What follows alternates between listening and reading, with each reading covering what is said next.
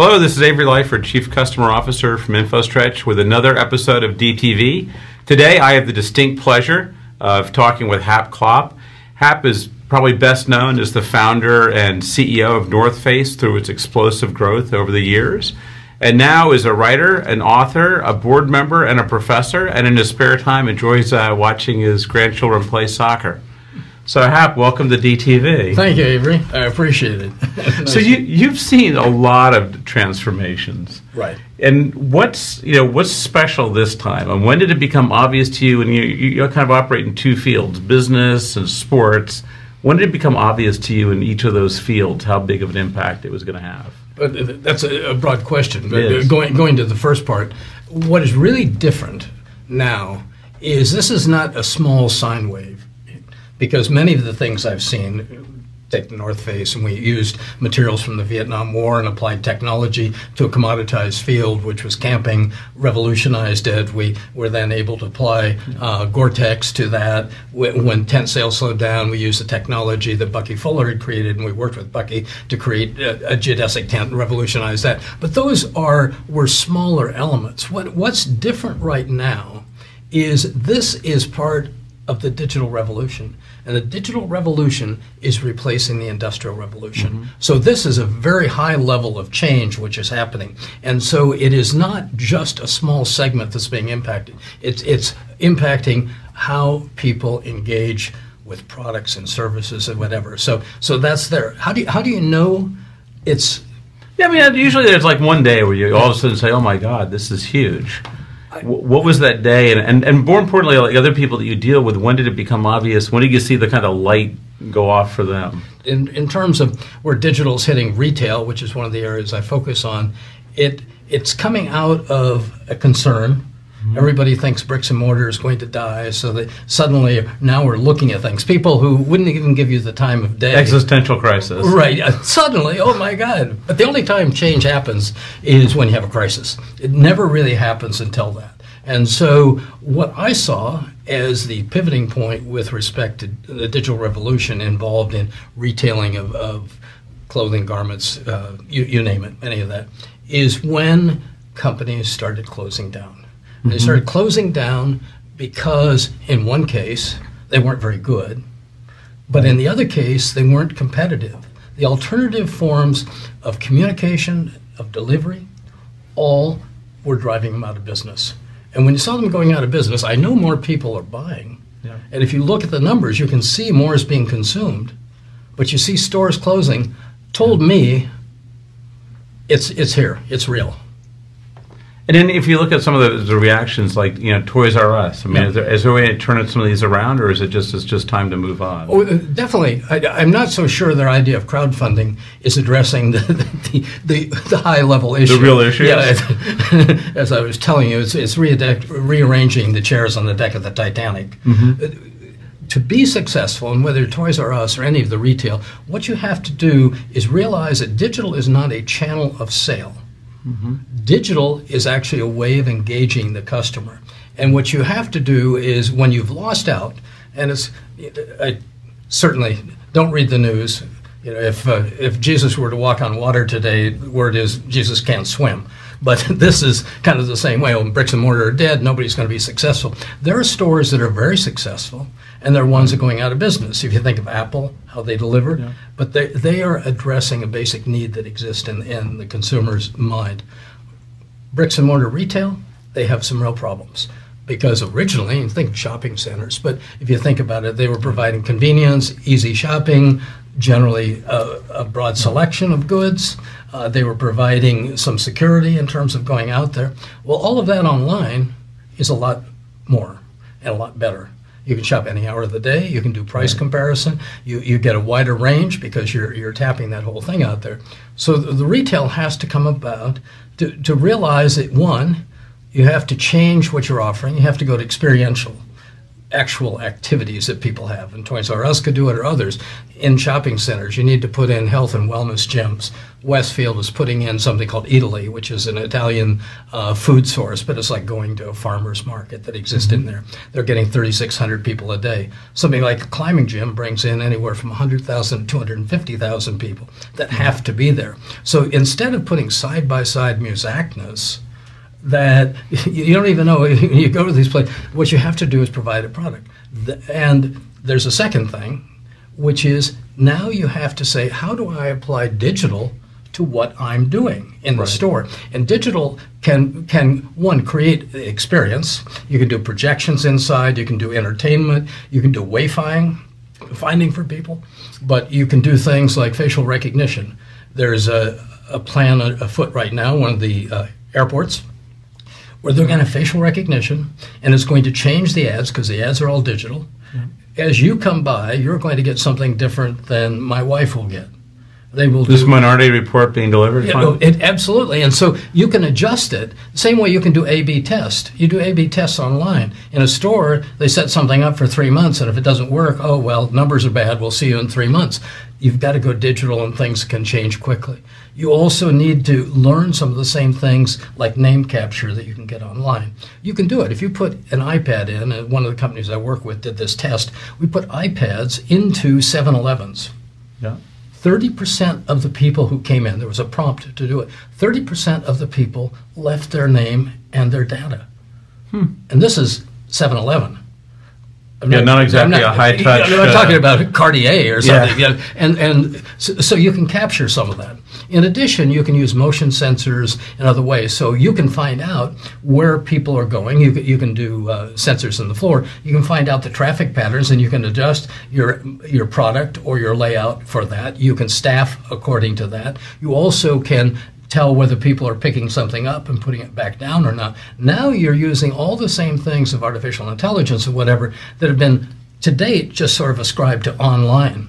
So it's take digital, use digital, embrace the fact that an omni-channel customer, omni-channel being somebody who buys online, maybe catalog, and in retail store, buys 40% more than somebody who only buys through one channel. Okay.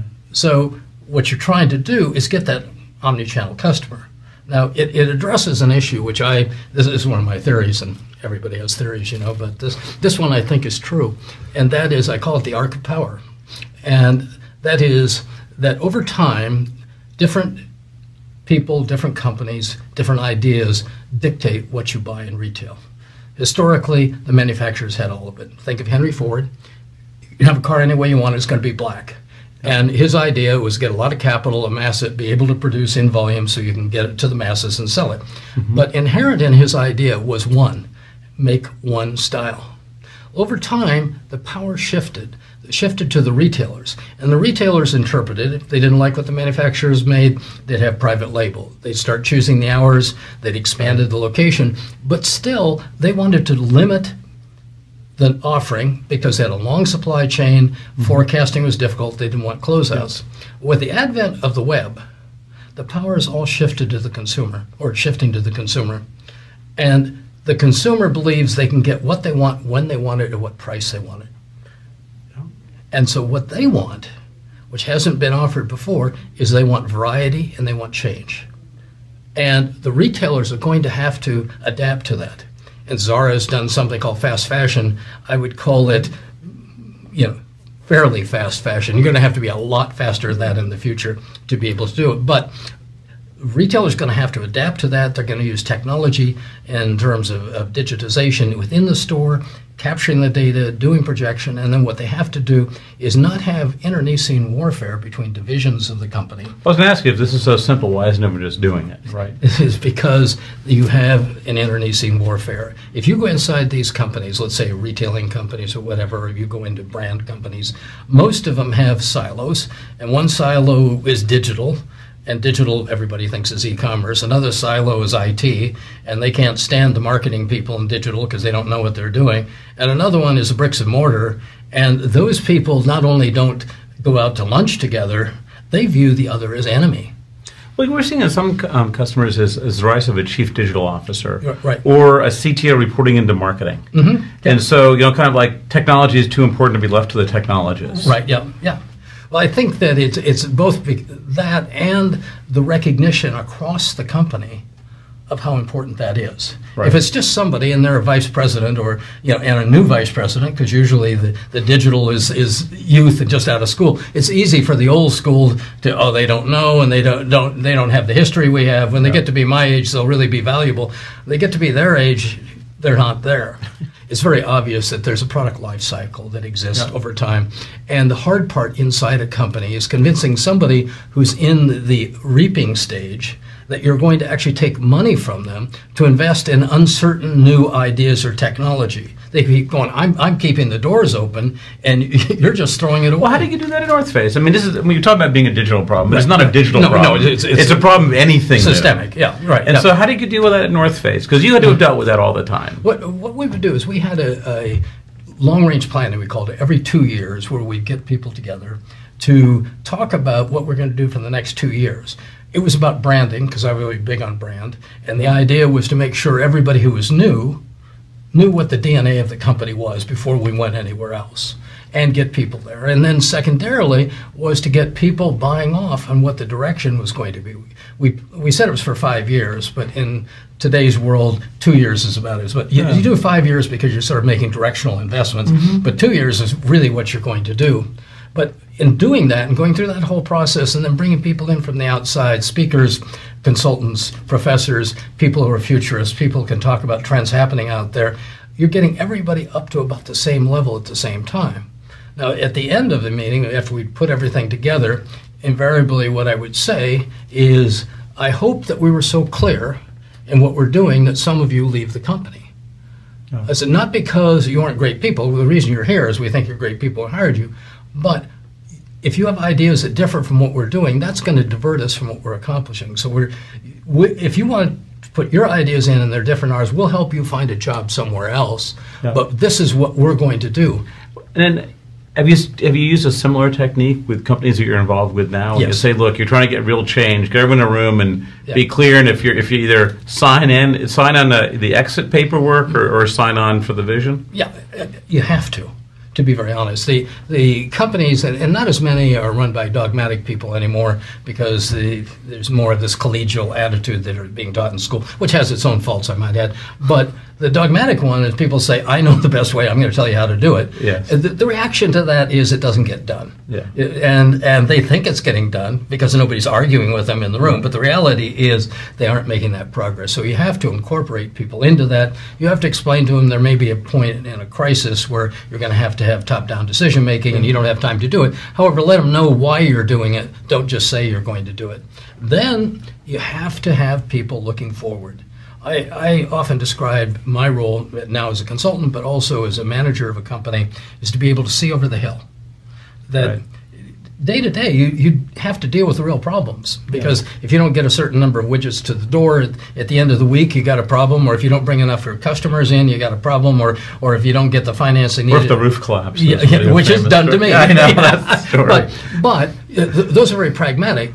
But those can take you down. In fact, the whole company feels those. There 2007, 2008, when you had the economic crash. I don't care how good you were.